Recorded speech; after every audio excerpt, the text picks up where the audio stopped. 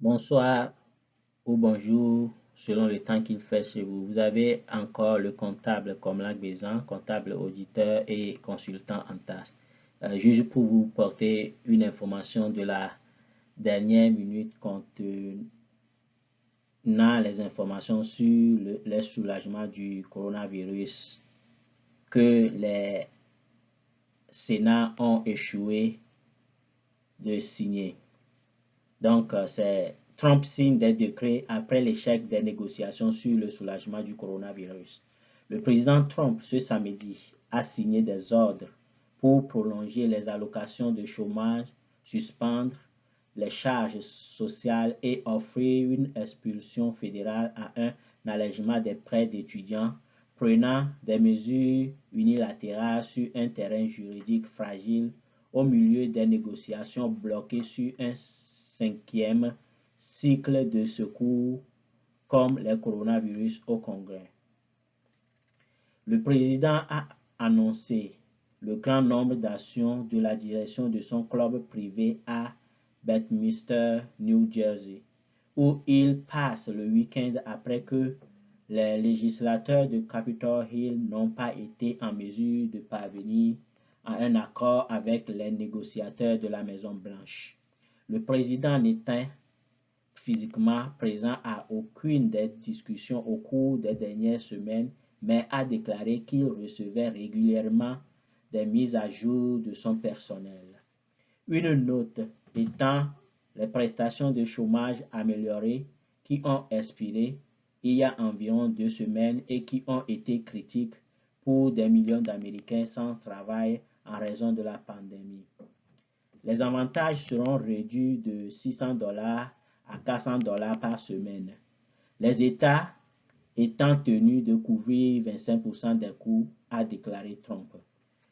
Une autre des ordonnances ordonne au département du Trésor de permettre aux employeurs de reporter le paiement des charges sociales, de la sécurité sociale des employés jusqu'à la fin de 2020 pour les Américains gagnant moins d'environ 100 000$ par an. Le texte du décret indique que la période de report prévue commencerait le 1er septembre, mais Trump a suggéré qu'elle pourrait être rétroactive au 1er août. Il est réélu en novembre. S'il est réélu en novembre, si je gagne, je peux prolonger et résilier, a déclaré Trump. En d'autres termes, je vais le prolonger au-delà de la fin de l'année et mettre fin à la tasse. 2 ordonnances supplémentaires reportent les remboursements de prêts étudiants jusqu'à la fin de l'année et visent à minimiser les expulsions de logements fédéraux, bien que cette dernière n'interrompe pas explicitement les expulsions. Grâce à ces 4 actions, mon administration apportera un soulagement vital aux Américains en difficulté pendant cette période difficile, a déclaré Trump, lisant des remarques préparées. Les experts ont remis en question le pouvoir de Trump d'intervenir unilatéralement sur les allocations de chômage et la taxe sur les salaires, et ses actions de samedi pourraient faire face à des défis juridiques.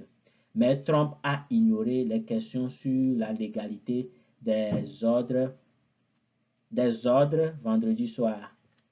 Je vais dire tout ce que vous faites. Vous êtes poursuivi en justice, dit-il. Alors nous verrons.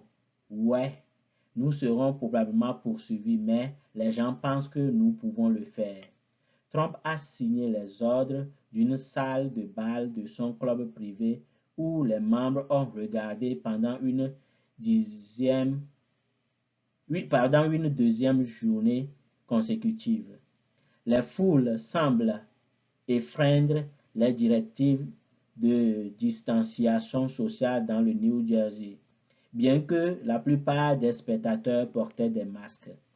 Le secrétaire au Trésor, Steven Mnuchin, et le chef de cabinet de la Maison-Blanche, Mark Meadows, ont déclaré vendredi aux journalistes qu'ils recommanderaient à Trump d'aller de l'avant avec les actions de l'exécutif au cours du week-end à la suite de ce qui a été décrit par les deux parties comme une réunion improductive avec la présidente de la Chambre Nancy Pelosi, démocrate de Californie, et le chef de la minorité au Sénat, Charles Schumer, démocrate New York.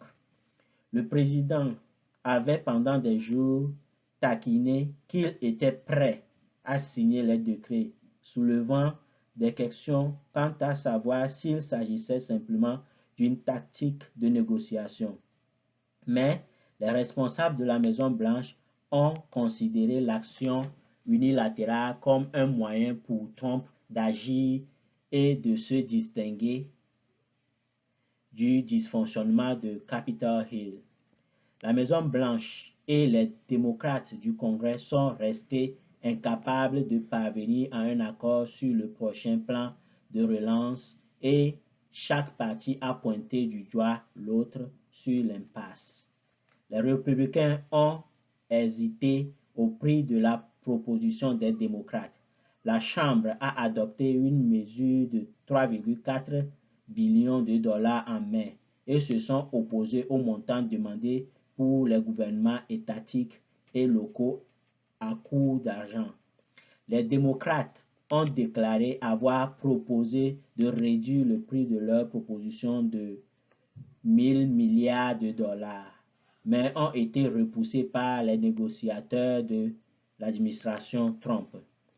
Trump, qui a placé l'économie au centre de ses efforts de réélection, a commencé à signaler au cours de la semaine dernière qu'il était prêt à agir unilatéralement sur les priorités économiques en cas de blocage des pourparlers sur la lutte contre le virus. Dans un tweet vendredi soir, il a accusé Pelosi et Schumer de ne s'intéresser qu'à l'argent de sauvetage pour les villes et États démocrates mal gérés et a déclaré qu'il irait dans une autre direction. Le chef de la majorité au Sénat, Mitch McConnell, républicain Kentucky, a déclaré samedi dans un communiqué qu'il soutenait le président Trump explorant ses options pour obtenir des allocations de chômage et d'autres secours aux personnes qui en ont le plus besoin. McConnell a également accusé les démocrates de saboter les négociations sur un plan de secours. Les démocrates ont rapidement critiqué les ordres de Trump. Les maigres annonces faites aujourd'hui par le président montrent que le président Trump ne comprend toujours pas la gravité ou l'urgence de la crise sanitaire et économique à laquelle sont confrontées les familles de travailleurs, ont déclaré Pelosi et Schumer dans un communiqué conjoint. Nous sommes déçus jusqu'au lieu de s'atteler à la résolution des problèmes des Américains. Le président a plutôt choisi de rester sur son parcours de golf de luxe pour annoncer des annonces politiques irréalisables, faibles et étroites afin de réduire les allocations de chômage dont des millions de personnes ont désespérément besoin et de mettre en danger les personnes âgées. Social Security and Medicare.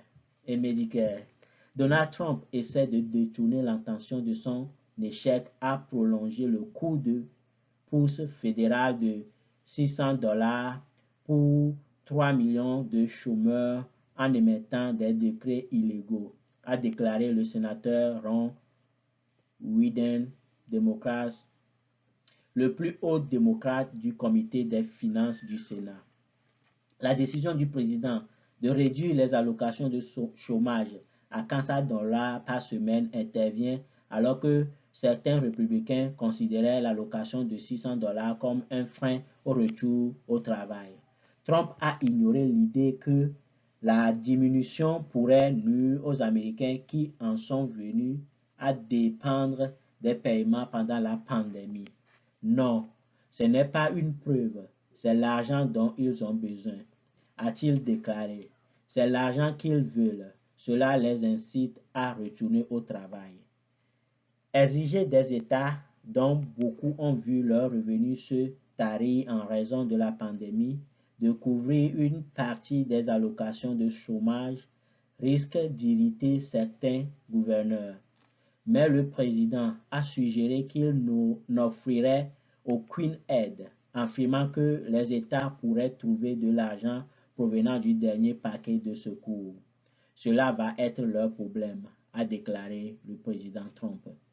L'action de Trump a suivi la publication des chiffres du ministre du Travail montrant que les États-Unis ont ajouté 1,8 million d'emplois au cours du mois de juin et ont vu le taux de chômage baisser à 10,2%. Les chiffres ont été les ententes. Cependant, les économistes ont souligné la nécessité d'une aide fédérale accrue pour aider l'économie en difficulté. Trump fait pression pour une réduction des charges sociales depuis des mois. La Maison-Blanche a fait valoir qu'une réduction des charges sociales inciterait les travailleurs à retourner au travail et récompenserait les personnes qui sont restées au travail pendant la pandémie de coronavirus tout en réduisant le coût des affaires. Cependant, les républicains et les démocrates au Congrès ont été cool à l'idée. Les détracteurs de l'idée disent qu'elle ne ferait rien pour aider les chômeurs et ils notent que les recettes fiscales sur les salaires vont au fonds d'affectation spéciale de la sécurité sociale et de l'assurance maladie. Les employés et les employeurs paient chacun des charges sociales de 6,2%, des salaires et des charges sociales de Medicare de 1,45% des salaires. Le Congrès a déjà pris des mesures pour offrir des allègements fiscaux aux employeurs. Trump a signé une loi en mars qui permet aux employeurs de différer le paiement des impôts de la sécurité sociale et créer un crédit d'impôt sur la masse salariale pour les entreprises qui continuent de payer les salaires et les prestations de santé des travailleurs. Les législateurs des deux côtés de l'allée souhaitaient élargir le crédit. Joe Bishop Hetman, vice-président de la politique fiscale et du contentieux à la Fondation nationale de l'Union des contribuables de droit, a déclaré dans un article publié vendredi qu'il existe de nombreux défis juridiques potentiels associés à une suspension unilatérale des impôts sur les salaires présidentiels. Et il a déclaré que même s'il était clair que Trump avait le pouvoir légal de suspendre les charges sociales par une action de l'exécutif, une telle décision souleverait des questions pour les entreprises.